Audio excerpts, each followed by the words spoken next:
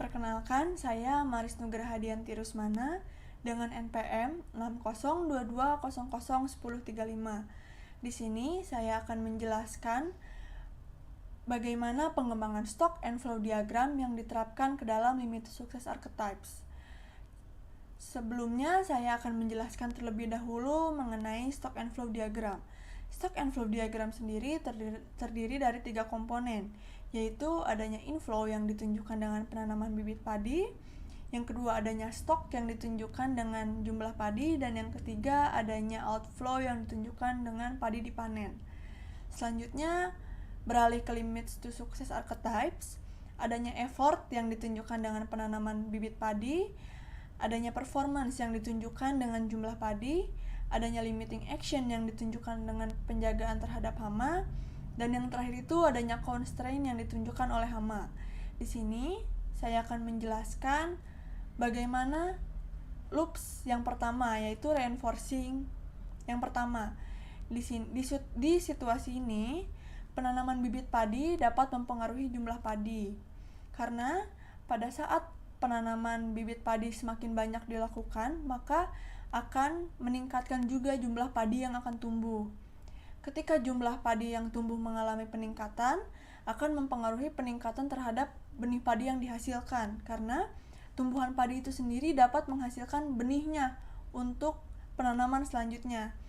Ketika benih padi meningkat, maka penanaman bibit padi juga akan meningkat.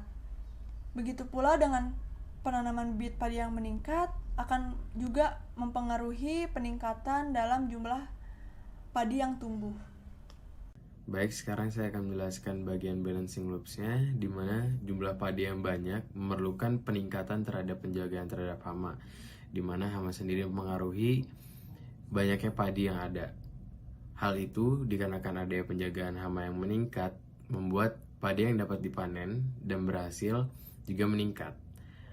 Padi yang banyak dipanen tentunya akan mengurangi jumlah padi yang ada di sawah dan menyebabkan penurunan jumlah padi yang ada di sawah.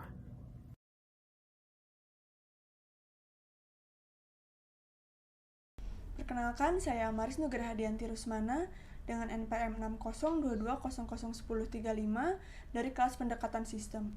Di sini saya akan menjelaskan bagaimana pengembangan stock and flow diagram ke dalam Limits to Success Archetypes. Sebelumnya, saya akan menjelaskan terlebih dahulu komponen yang dimiliki oleh stock and flow diagram, yaitu ada inflow yang ditunjukkan dengan modal, stok ditunjukkan oleh tenaga kerja, dan outflow yang ditunjukkan oleh PHK.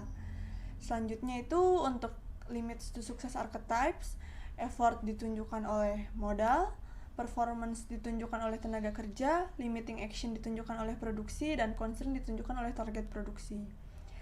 Selanjutnya saya akan menjelaskan bagaimana loops R1 atau reinforcing yang pertama. Pada awalnya itu modal akan mempengaruhi jumlah tenaga kerja, karena suatu perusahaan jika memiliki modal yang besar akan memanfaatkan keadaan tersebut untuk meningkatkan tenaga kerjanya. Ketika tenaga kerjanya mengalami peningkatan yang berdampak terhadap peningkatan produktivitas juga akan mempengaruhi jumlah pendapatan yang dihasilkan. Ketika pendapatan yang dihasilkan semakin tinggi atau semakin banyak, maka modal yang tersedia pun untuk aktivitas perusahaan selanjutnya pun akan semakin banyak. Sekarang saya akan membahas tentang tenaga kerja. Tenaga besar yang banyak akan mengakibatkan jumlah produksi yang besar juga. Adanya target produksi yang tinggi dikarenakan melihat tingkat produksi barang yang tinggi akan membuat tenaga kerja hanya mengoptimalkan pada bagian produksinya saja, bukan pemasaran. Hal itu akan membuat pemasaran menurun di era COVID-19 ini. Sedangkan yang diketahui tentunya di era ini, pemasaran atau promosi sangat dibutuhkan untuk meningkatkan penjualan. Pemasaran yang menurun menyebabkan pendapatan perusahaan juga menurun. Ketika pendapatan perusahaan menurun, maka tingkat PHK pun meningkat.